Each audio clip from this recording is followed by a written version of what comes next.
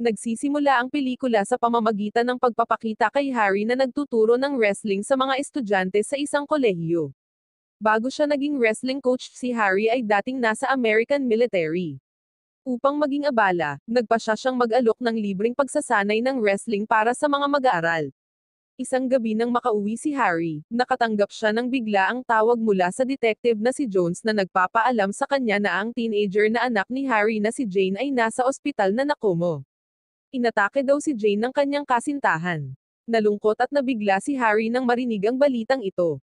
Hindi siya makapaniwala na naging biktima ng karahasan ang kanyang anak. Walang pag-aaksaya ng oras, si Harry ay nagmamadaling pumunta sa ospital upang makita si Jane, na ngayon ay walang malay. Nakaupo siya sa tabi ng kama ng kanyang anak at patuloy na nakatitig sa kanya habang lumalala ang kalagayan nito. Ilang sandali pa, nilapitan ni Jones si Harry upang ipaalam sa kanya na ang kasintahan ni Jane ay naaresto na at ipinagtapat niya ang lahat ng kanyang mga kasalanan na ginawa niya kay Jane. Inamin ng nobyo ni Jane na noong una ay sinubukan niyang makipaglaro ng lato-lato kay Jane, ngunit nang tumanggi si Jane ay nagalit ang kanyang nobyo at sinaktan si Jane, ngunit hindi niya alam na hahantong ito sa ospital at makomo si Jane. Matapos marinig ang mga resulta ng pagsisiyasat, hiniling ni Harry kay Jones na tiyakin na ang kasintahan ni Jane ay mapaparusahan ng lubos. Kung hindi ito magagawa ng mga pulis, si Harry na ang gagawa ng paraan para parusahan ang lalaki. Di nagtagal pagkatapos umalis ni Jones, lumala ang kondisyon ni Jane. Ang mga doktor at nurse ay mabilis na nagbibigay sa kanya ng emergency na paggamot upang subukang iligtas ang kanyang buhay. Samantala, tahimik lang na nakamasid si Harry habang nangyayari ang lahat. Nakalulungkot, kalaunan ay nawalan na ng hininga si Jane na iniwan si Harry sa kalungkutan. Pagkalipas ng ilang araw, makikita natin si Harry na dumalo sa paglilitis para sa pagkamatay ni Jane. Pagkatapos ng mahabang paglilitis, sa wakas ay nasentensyahan ng habang buhay na pagkakakulong ang nobyo ni Jane. Nagdudulot ito ng kaginhawaan kay Harry dahil ito ang gusto niya kahit na hindi nito maibabalik si Jane. Pagkatapos ng paglilitis, sinubukan ni Harry na ipagpatuloy ang kanyang buhay, ngunit hindi pa rin niya matatanggap ang pagkamatay ng kanyang anak. Madalas niyang tinitingnan ang mga larawan ni Jane at ginugugol ang kanyang gabi sa pag-inom. Minsang tumawag si Jones para magtanong kung kumusta na si Harry, ngunit ayaw niyang mag-alala si Jones sa kanya kaya sinabi niyang ayos lang siya at nagpapasalamat siya sa pagtulong sa kaso ni Jane. Bago ibinaba ang tawag, sinabihan ni Jones si Harry na tumawag kung may kailangan siya. Kinabukasan, sinubukan ni Harry na ipasyal ang kanyang sarili mula sa kanyang kalungkutan sa pamamagitan ng pagpunta sa sinehan, ngunit ang kanyang kasiyahan ay naputol dahil sa isang binata na pilit na hinahalikan ang kanyang babaeng kaibigan. Nainis si Harry at pinagalitan ang binata, binato pa niya ito ng popcorn.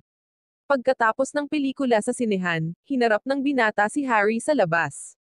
Kalmado na sinabihan siya ni Harry na pumunta sa ibang lugar kung gusto niyang makipaglaro ng lato-lato sa kanyang kaibigang babae.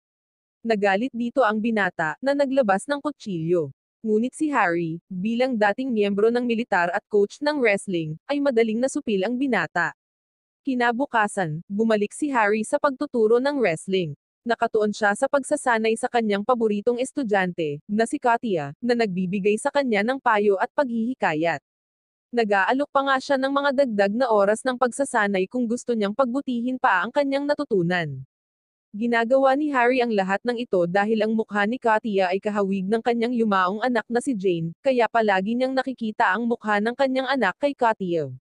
Sa gabing iyon, natapos ni Katia ang kanyang klase sa pagsasanay ng wrestling at umuwi.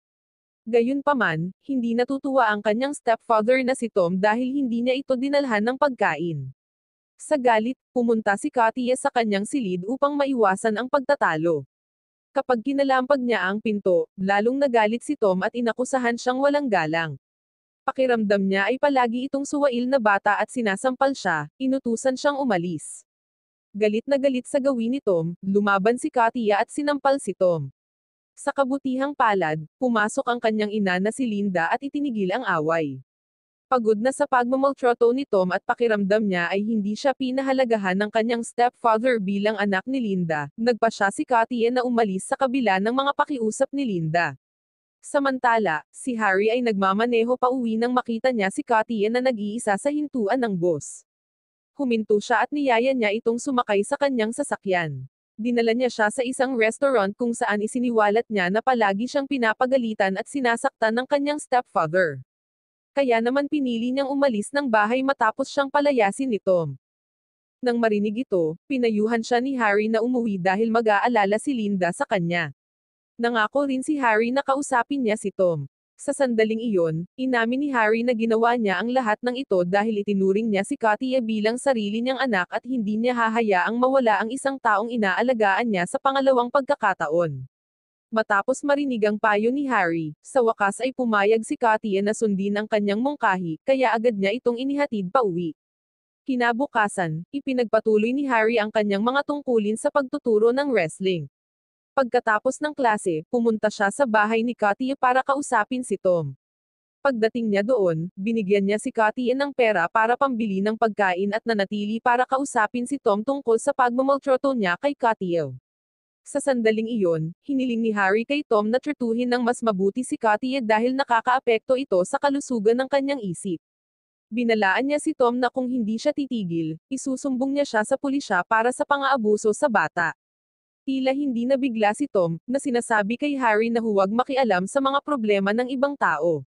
Lalo itong ikinagalit ni Harry, kaya binaliktad niya ang braso ni Tom. Sa oras na iyon, bumalik si Katia na may dalang pagkain, at hiniling ni Harry na ibigay ito kay Tom, na may sakit. Nang makita niyang tumayo si Harry para sa kanya, gumagaan ang pakiramdam ni Katia at ibinato ang pagkain sa nasasaktan na si Tom. Makalipas ang 2 araw, habang nagtuturo ng wrestling, nakaramdam si Harry ng kasiyahan nang makita niyang masaya nang muli si Katia pagkatapos niyang baliin ang braso ni Tom. Bukod pa rito, si Tom, na alam niyang hindi siya titigilan ni Harry, kaya nagpasya siya na ihinto ang pagmamaltrato kay Katia sa bahay. Sa bahay, nakipag-ugnayan si Tom sa kanyang kasamang si Sergio, na nagtrabaho para kay Rich, na isang mafia boss na sangkot sa pagbebenta ng mga kababaihan. Sinabi ni Tom kay Sergio ang tungkol sa pagtatalo nila ni Katia, at inalok siya ni Sergio ng $10,000 para ibenta nila si Katia sa mga mayayamang kliyente. Walang pakialam kay Katia, pumayag si Tom sa alok ni Sergio at nangakong ibibigay niya si Katia kay Sergio pagkatapos niyang matapos ang kanyang klase sa paaralan. Pagkatapos ng tawag, nakipag-ugnayan si Tom kay Katia na nagkukunwaring nag-aalala at inalok na sunduin siya sa campus at sunduin din niya si Linda mula sa kanyang opisina. Si Kesha, na nagulat sa kanyang biglaang kabaitan, ay sumang-ayon. Nang matapos ang kanyang mga klase, nadatnan niyang naghihintay si Tom sa kanya at sumakay sa kanyang sasakyan, na hindi alam ang intensyon nito. Nang sumunod na gabi, biglang nakatanggap si Harry ng isang tawag sa telepono mula kay Jones na nagpapaalam sa kanya na ang pulis ay nakatanggap ng isang ulat mula sa isang ina tungkol sa pagkawala ng kanyang anak na babae. Ipinaliwanag ni Jones na ang ina ay si Linda, na naghahanap sa kanyang anak na si Katia. Matapos malaman na nawawala si Katia, sumugod si Harry sa campus para tingnan ang mga surveillance camera. Pagdating sa campus, hiniling ni Harry sa isang guard na ipakita sa kanya ang footage mula sa mga kamera sa labas ng campus mula noong nakaraang araw. Nakita niya si Katia na sinundo ni Tom bago ito nawala. Ipinapalagay ni Harry na ang pagkawala ni Katia ay may kaugnayan sa kanyang stepfather, kaya nagpunta siya sa bahay ni Tom upang tanungin siya kung bakit nawawala si Katia. Bagamat magalang na nagtanong si Harry, naging mayabang si Tom at hindi sinagot ang mga tanong ni Harry. Sa galit, inatake ni Harry si Tom hanggang sa aminin niya na ibinigay niya si Katia kay Sergio. Pagkatapos ay kinaladkad ni Harry si Tom sa kotse para ipakita sa kanya kung nasaan si Sergio. Samantala, makikita natin si Sergio sa kanyang tahanan na gumagawa ng juice nang bigla siyang nagulat sa pagdating ni Harry. Inihagis niya si Tom sa bahay nang walang pag-aalinlangan, inatake ni Harry si Sergio habang hinihiling na malaman kung nasaan si Katia. Hindi nakayanin ang pagpapahirap ni Harry, inamin ni Sergio na ibinigay niya si Katia kay Rich, na karaniwang nag-aalaga ng mga babae para ibenta sa isang casino hotel sa Las Vegas. Ayon sa pag-amin ni Sergio, ibebenta ni Rich ang mga kinidnap na babae sa mga mayayamang kliyente, at ang sinumang magbid ng pinakamataas na presyo ay may karapatang gawin ang anumang bagay na gusto nila sa mga babae. Nagalit sa malupit na pagtrato ni Sergio at Tom kay Katia, pagkatapos ay ikinulong ni Harry ang dalawang lalaki sa isang silid bago tumungo sa Las Vegas. Nakipag-ugnayan din siya kay Jones upang ipaalam sa kanya ang kinaroroonan ni Katia, na kasalukuyang bihag ng isang mafia boss, at humingi siya ng tulong sa detective na iligtas si Katia. Matapos makatanggap ng impormasyon mula kay Harry, si Jones ay pumunta kay Linda upang i-update siya sa paghahanap para kay Katia bago siya nagpaalam na sundan si Harry sa Las Vegas. Nang malaman ito, iginiit ni Linda na sumama siya sa kanila, at atubiling pinayagan siya ni Jones na sumama sa kanya. Pagbalik kay Harry na kararating lang sa casino hotel, nagpanggap siyang kalahok sa auction at hiniling niya na makipagkita sa manager ng hotel na nagngangalang Dale. Sa sandaling iyon, tinanong ni Dale kung paano nalaman ni Harry ang tungkol sa auction, at nagsinungaling si Harry, na sinabing nakuha niya ang impormasyon mula kay Sergio dahil sila ay mabuting magkaibigan. Sa pakiramdam na walang banta si Harry, binigyan siya ni Dale ng susi ng silid at ipinaalam sa kanya ang schedule ng auction na gaganapin sa araw na iyon. Nang nasa kanyang silid, nakipag-ugnayan si Harry kay Jones na dumating sa Las Vegas Police Station. Sa tawag, hiniling ni Harry na huwag pumunta si Jones at iba pang mga police unit sa casino hotel dahil hindi niya nakita si Katia doon. Sa kasamaang palad, tinanggihan ng Las Vegas Police Chief na nagngangalang Vanessa ang ideya ni Harry at nilayon na magsagawa ng pagsalakay sa lalong madaling panahon. Ipinaliwanag ni Harry na kung gagawin nila iyon, si Katia at ang iba pang mga bihag na batang babae ay hindi mahahanap dahil ang mafia ay sisiguraduhin nila na itatago ng maayos ang mga babae. Sinabi ni Harry na magpapanggap siyang lalahok sa auction para malaman ang kinaroroonan ng mga bihag na babae. Kapag natapos na ni Harry ang kanyang gawain, ipapaalam niya sa pulisya kung kailan sila magsasagawa ng raid. Matapos marinig ang paliwanag, sa wakas ay pumayag si Vanessa sa plano ni Harry. Makalipas ang ilang sandali, eksaktong 11 PM, pumasok si Harry sa isang silid upang lumahok sa virtual na auction, na kinasasangkutan ng ilang kabataang babae.